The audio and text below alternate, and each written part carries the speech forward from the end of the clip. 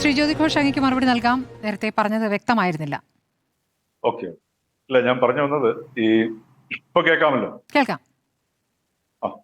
ഇപ്പൊ ഞാൻ പറഞ്ഞു വന്നത് ഈ വിശന്ന് പറഞ്ഞ മാംസാഹാരിയായ ഒരു വ്യക്തിയുടെ മുമ്പില് ഈ നല്ല കുഴിമന്തി കിട്ടിക്കഴിഞ്ഞാൽ എങ്ങനെ ഉണ്ടാവും, അതേപോലെയാണ് ഇപ്പോൾ BJPക്ക് ഈ കേരളത്തിൽ ഇപ്പൊ ഈ വന്ദേ മാതരം. കാരണം ഇന്ത്യയിലെ എല്ലാ സംസ്ഥാനങ്ങളിലും വന്ദേ മാതരം പാടി. അത് പാടാത്ത ഏക സംസ്ഥാനം കേരളമാണ്. ഒരുപക്ഷെ പിണറായി വിജയൻ സർക്കാർ ആയിരുന്നെങ്കിൽ അതിന്റെ ആദ്യത്തെ 2 ഖണ്ഡിക പാടുമായിരുന്നു നമുക്ക് വേണമെങ്കിൽ അനുമാനിക്കാം. പക്ഷെ പാർട്ടി ഓഫീസുകളിലൊന്നും അല്ല, CPM-ന്റെ സ്വാതന്ത്ര്യദിന പരിപാടികളിലൊന്നും പാടിയിട്ടില്ല കേട്ടോ. അതെ, അല്ല ഗവൺമെന്റ് ആവുമ്പോഴത്തേക്ക് ഞാൻ ഒരു സാങ്കല്പികമായ ഒരു സംഗതി പറഞ്ഞെന്ന് മാത്രമേ.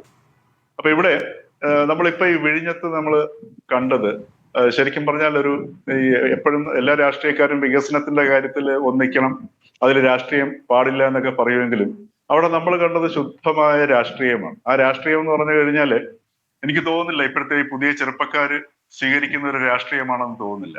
കാരണം ഈ രാഷ്ട്രീയത്തിനെതിരെയുള്ള ഒരു പ്രതിഷേധം കൂടിയായിരുന്നു ജന്തർ മന്ദറിൽ നമ്മൾ കണ്ടത്. ഇപ്പൊ നമ്മള് മറ്റേ MA കോളേജിലും കോതമംഗലം MA കോളേജിലും കാണുന്നത് അത് തന്നെയാണ്.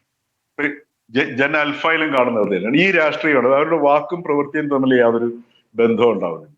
ഇവിടെ ഇപ്പൊ നമ്മള് എങ്ങനെയാണ് BJP നേതൃത്വത്തിന് പറയാൻ കഴിയുക ഇത് രാഷ്ട്രീയമായ കാരണങ്ങൾ കൊണ്ടല്ല പൂർണ്ണമായിട്ടും വിട്ടുനിന്നത്? അതേപോലെ തന്നെ LDF-ന്റെ പ്രതിപക്ഷ നേതാവിന് ഇങ്ങനെ പറയാൻ കഴിയും? അത് പിന്നെ പറയാൻ വേണമെങ്കിൽ കഴിഞ്ഞതിന്റെ കമ്മീഷനിങ് സമയത്ത് അന്നത്തെ പ്രതിപക്ഷ നേതാവ് VD സതീശൻ പങ്കെടുത്തിരുന്നില്ല എന്നോട് പറയാം. പക്ഷെ ഈ ഒരു വിഴിഞ്ഞം പോലൊരു പോർട്ട്, അതിന്റെ ഒരു വികസനം യഥാർത്ഥത്തിൽ എത്രയോ ദശാബ്ദങ്ങൾക്ക് മുമ്പ് കേരളത്തിൽ ഉണ്ടാവേണ്ടതായിരുന്നു. ഇപ്പോഴും ഇതിന്റെ സാധ്യത എന്ന് പറയുന്നത് അനന്തമായ സാധ്യതകളാണ്. ഇപ്പൊ എനിക്ക് തോന്നുന്നു എന്റെ അസുഖത്തിന്റെ പേര് ഞാൻ മറന്നുപോയി. ഇപ്പൊ ഇവിടെ വിഴിഞ്ഞം കേന്ദ്രമാക്കിയിട്ട് നമ്മുടെ സിയാൽ ഫീഡർ ഷിപ്പുകൾ തുടങ്ങുകയാണെന്നുണ്ടെങ്കിൽ എന്തോ ഒരു സാധ്യതയായിരിക്കും. എത്ര ചെറുപ്പക്കാർക്ക്, ഇപ്പൊ ഒരുപാട് ചെറുപ്പക്കാർക്ക് ജോലി നഷ്ടപ്പെടുന്നു. അപ്പൊ അത്തരത്തിലുള്ള ഒരുപാട് സാധ്യതകൾ ഇപ്പൊ ഈ ഗവൺമെന്റിന് കിട്ടുന്ന വരുമാനം എന്ന് പറഞ്ഞാൽ ഇതിനകത്ത് വളരെ നോമിനലാണ്. അത് വസ്തുത പറഞ്ഞാൽ അത് വളരെ അപ്രസക്തമാവുന്ന ഒരു എമൗണ്ട് നമുക്ക് ഗവൺമെന്റിന് ഇതിനകത്ത് കിട്ടുന്നുള്ളൂ. പക്ഷെ മറിച്ച് ഇതിനെ തുടർന്നുണ്ടാവുന്ന വികസനങ്ങളിലാണ് ഇതിന്റെ സാധ്യത ഇരിക്കുന്നത്. അതുകൊണ്ടാണ് ഈ അദാനിക്ക് 10 ഇരട്ടി അധികം വിലയ്ക്ക് അദ്ദേഹത്തിന് ഷെയർ വിൽക്കാൻ കഴിഞ്ഞു. ഇന്ന് തന്നെ അവിടെ ആദ്യം കയറ്റി അയച്ച നിലമേൽ ഫുഡ്സിന്റെ ആൾ പറയുന്നത് കണ്ടത് 35,000 രൂപയാണ് ട്രാൻസ്പോർട്ടേഷനിൽ മാത്രം ലാഭിക്കുന്നത്. അതോടൊപ്പം തന്നെ 60-70 ദിവസം എടുക്കുന്നതിന് പകരം വെറും 28 ദിവസം കൊണ്ട് ഡെസ്റ്റിനേഷനിൽ എത്തുന്നു. അപ്പൊ ഇങ്ങനെയൊക്കെയുള്ള ഒരുപാട് സാധ്യതകളുള്ള ഈ വിഴിഞ്ഞം പോർട്ടില് ഇത്തരം നമ്മുടെ സംസ്ഥാനത്തിന്റെ പൊതു താല്പര്യത്തിനെ ബാധിക്കുന്ന വിഷയങ്ങളിൽ വളരെ തരം താണ വില കുറഞ്ഞ രാഷ്ട്രീയമാണ് ഇപ്പൊ നമ്മുടെ ഇവിടുത്തെ എല്ലാ രാഷ്ട്രീയ പാർട്ടിയും. ഇതിനകത്ത് കോൺഗ്രസോ CPM-ഓ BJP ഒന്നും ഒരു വ്യത്യാസമില്ല. പക്ഷെ അതാണ് ഇപ്പൊ നമ്മളിവിടെ നടക്കുന്നത്. അത് മാത്രമല്ല, ഒന്ന് ആലോചിച്ച് നോക്കൂ, ഈ വന്ദേ മാതരത്തിന്റെ തന്നെ എനിക്ക് തോന്നുന്നില്ല ഈ പ്രധാനമന്ത്രി തൊട്ട് താഴെ നമ്മുടെ കേരളത്തിലുള്ള BJP-യുടെ ചെറിയ നേതാക്കളും അതേപോലെ കോൺഗ്രസിന്റെ വലിയ നേതാക്കളും ആർക്കെങ്കിലും ഈ വന്ദേ മാതരത്തിന്റെ അർത്ഥം അറിയാമോ എന്നുള്ള കാര്യം ശ്രീ ഡോക്ടർ ജയപ്രസാദിന് അറിയാമോ എന്ന് എനിക്കറിയില്ല. അദ്ദേഹത്തിന് അറിയാമെന്നുണ്ടെങ്കിൽ അതൊന്ന് പറഞ്ഞാൽ വളരെ നന്നായിരുന്നു. ശരി, ശ്രീ ജ്യോതി ഘോഷ്, ഇപ്പോൾ വന്ദേ മാതരവുമായി ബന്ധപ്പെട്ട് കോൺഗ്രസിനെ സംബന്ധിച്ച് കോൺഗ്രസിലെ മറ്റ് സംസ്ഥാന നേതൃത്വങ്ങൾക്കുണ്ടായിരുന്ന വ്യക്തതക്കുറവ് അത് മാറ്റാൻ വേണ്ടി ഇപ്പോൾ ഹൈക്കമാൻഡ് ഇപ്പോൾ എല്ലാ സംസ്ഥാനങ്ങൾക്കും നിർദ്ദേശം നൽകിയിരിക്കുന്നു. ആദ്യത്തെ 2 ചരണം മാത്രം മതി എന്ന്. അത് 1937 എടുത്ത തീരുമാനമാണല്ലോ. ആ തീരുമാനം അതെന്തുകൊണ്ടായിരുന്നു എന്ന് വ്യക്തമാക്കി ഇപ്പോൾ ഈ 87 വർഷങ്ങൾക്കിപ്പുറം അത് വിശദീകരിക്കേണ്ടി വരുന്ന ഒരു പ്രതിസന്ധി കോൺഗ്രസിനെ സംബന്ധിച്ചുണ്ട്. അതാണ് കോൺഗ്രസ് പറയുന്ന കാര്യം. അതേസമയം തന്നെ ഈ രാഹുൽ ഗാന്ധിക്കും സോണിയാഗാന്ധിക്കും ഖർഗെക്കുമൊക്കെ എതിരെ വിവിധ സംസ്ഥാനങ്ങളിൽ കേസുകൾ കൊടുക്കുന്നുണ്ട്.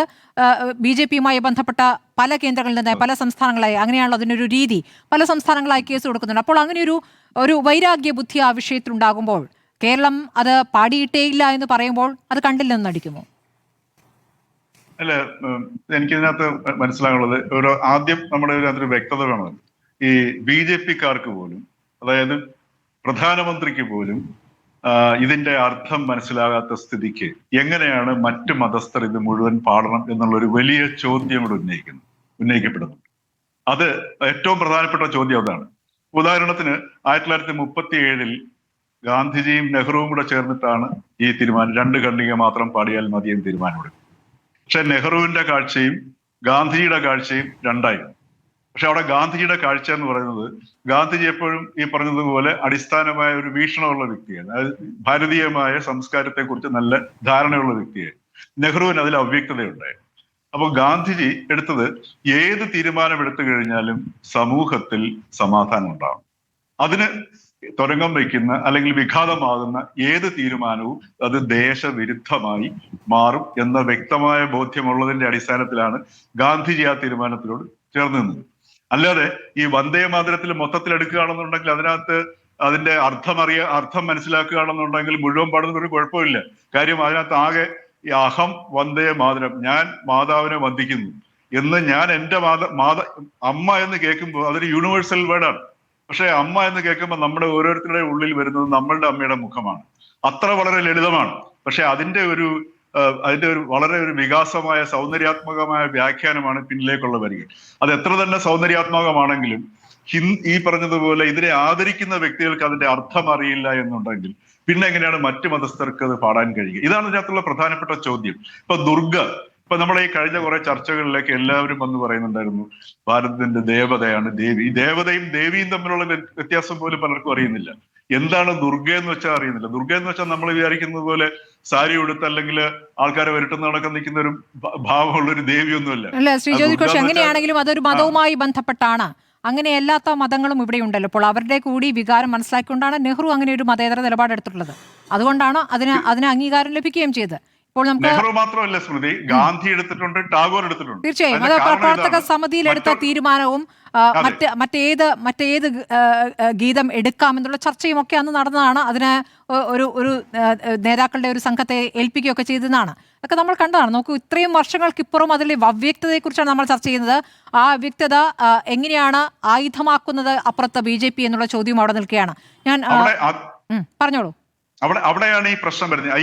ഈ വിഴിഞ്ഞത്ത് പോലും നമ്മൾ കണ്ടത്, വിഴിഞ്ഞത്ത് പോലും ഈ വന്ദേ മാതരത്തെ എങ്ങനെ മനോഹരമായിട്ട് തങ്ങൾക്ക് അനുകൂലമായിട്ട് ഉപയോഗിക്കും. ഇനി വരാൻ പോകുന്ന നാളുകളിൽ നോക്കിക്കൊള്ളുക, നമ്മുടെ കേരളത്തിലെ ഈ രാഷ്ട്രീയ ഒരു ധ്രുവീകരണം നടക്കാൻ പോവുകയാണ് നമ്മുടെ കേരളത്തിൽ.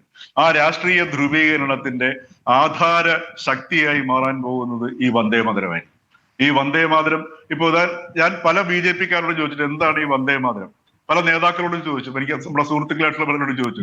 ഒറ്റ വ്യക്തിക്ക് പോലും ഈ ഞാൻ ചോദിച്ച ഇതുവരെ ഒരു ഉത്തരം, അതിന് കൃത്യമായിട്ട് ഉത്തരം പറയാൻ കഴിഞ്ഞു. അല്ല, നമുക്കത് പരിഹാസ്യമായ പല ദൃശ്യങ്ങളും അന്നത്തെ ദിവസം കണ്ടതാണല്ലോ. ഇപ്പോൾ മൊബൈലിൽ വരികൾ നോക്കി പാടിയിട്ട് പോലും വന്ദേ ഭാരതം എന്ന് പാടിയവരടക്കം ഉണ്ടായിരുന്നു. അപ്പോൾ അത് ഒരു തമാശ രൂപത്തിലേക്ക് ഒരു സ്വാതന്ത്ര്യ ദിവസം എങ്ങനെയാണ് അത് അധപ്പതിച്ചത് എന്നുള്ളത് നമ്മൾ കണ്ടതാണ്.